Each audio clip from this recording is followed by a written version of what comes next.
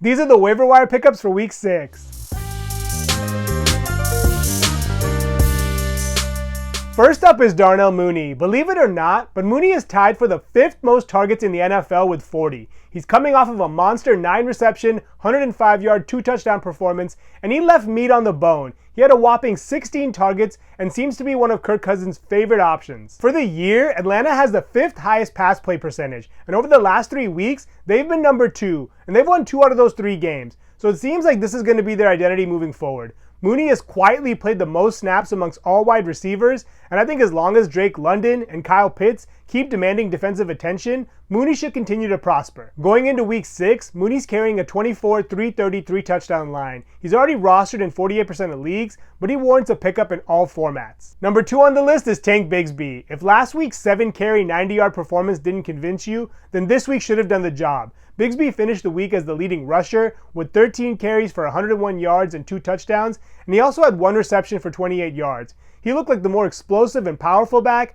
and this looks to be a full-on timeshare moving forward. Travis Etienne finished the day with 6 carries for a meager 17 yards, and he also had 6 receptions for 43 yards, which saved his day in PPR. But what stands out to me the most is the fact that Bigsby outsnapped Etienne, and Bigsby is leading the league in yards per carry with 8. He's also amongst the league leaders in yards after contact. I think the Jaguars finally realize what they have in their young stud, and he may take over this starting job. Bigsby's only owned in 22% of leagues, and he should be rostered in all formats. Number 3 on the list is Trey Sermon. If you needed Sermon for a spot start this week for Saquon Barkley, David Montgomery, Tony Pollard, or J.K. Dobbins, he delivered. He finished the day with 10 carries for 38 yards and 1 touchdown, but he also caught all 6 of his targets for an additional 25 yards, which was a pleasant surprise. And given that Jonathan Taylor is dealing with a high ankle sprain, Sermon may have some value for the next couple of weeks. He may not be the most efficient, but as long as he's seeing a workload like this, he'll remain a volume-based RB2 for however long Jonathan Taylor is out. In my opinion, his value is not only tied to the health of Jonathan Taylor, it's also tied to the health of Anthony Richardson.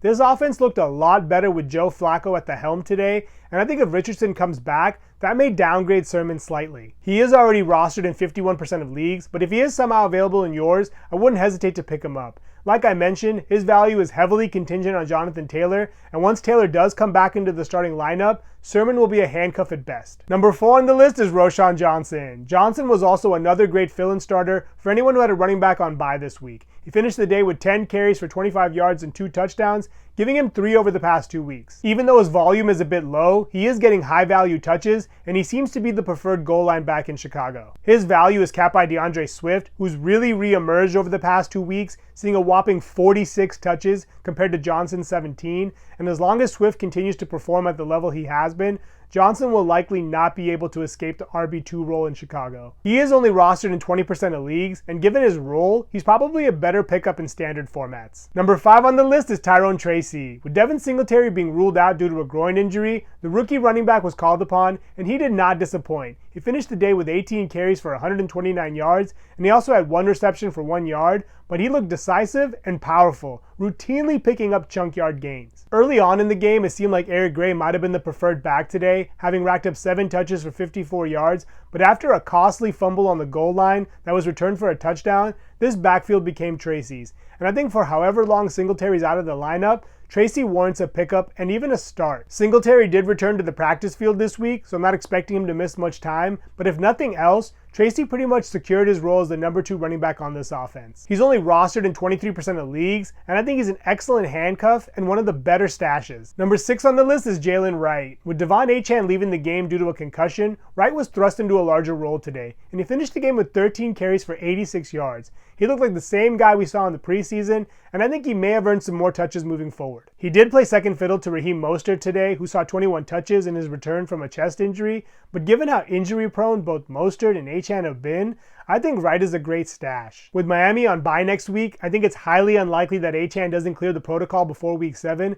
but given Wright's 4.38 speed, I have to think he'll be sprinkled in a little bit more moving forward. Number 7 on the list is Tucker Kraft. Kraft's already rostered in 62% of leagues, and he was picked up by many this week to fill in for Sam Laporta and Dallas Goedert. but I think he's worth hanging on to moving forward. He was already coming off of a great game last week, catching 6 balls for 53 yards and 1 touchdown, and also getting a 2-point conversion, and he followed that up with an even bigger performance this week, catching 4 passes for 88 yards and 2 touchdowns. He definitely benefited from Romeo Doubs and Christian Watson being out of the lineup, and from this being a softer matchup, but he seems to be one of Jordan Love's favorite targets. He's the clear tight end 1 in Green Bay, and he's played twice as many snaps as the next tight end on the roster, Luke Musgrave, who is no scrub. One of the main reasons why I like Kraft moving forward is the fact that Love's looking for him in the red zone. His 4 looks inside of the 20 leads all tight ends. Number 8 on the list is Ty Chandler. Aaron Jones left today's game with a hip injury, and Chandler took over as the starting back. He got 14 of the 18 carries Minnesota had after Jones left, but he only managed to get 30 yards and gave up a touchdown to CJ Ham. With Minnesota on bye next week, they may have held Jones out of precaution, and with Jones getting an extra week to heal up, he may not miss any time at all. Chandler's value is completely contingent on Jones's health,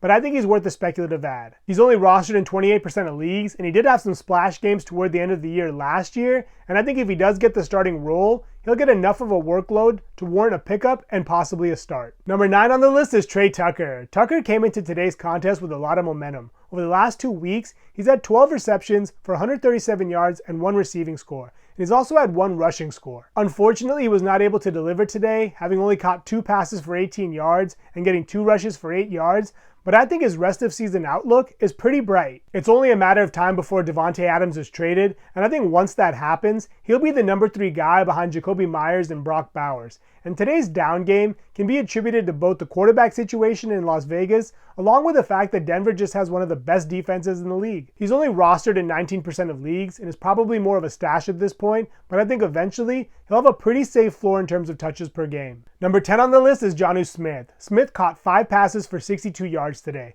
This game was somewhat of an outlier just given how his season has been, but I thought he was worth mentioning just because Tyler Huntley's slated to start at least 1 more game, and Smith should have an opportunity to act as a safety valve for him for at least 1 more game. Miami's on bye in week 6, but if you're a Jake Ferguson or Cole Kmet owner, he may be worth considering a pickup in week 7. Those are the waiver wire pickups for week 6. Thank you so much for watching. Please subscribe and let me know which players you think we should pick up in the comments below.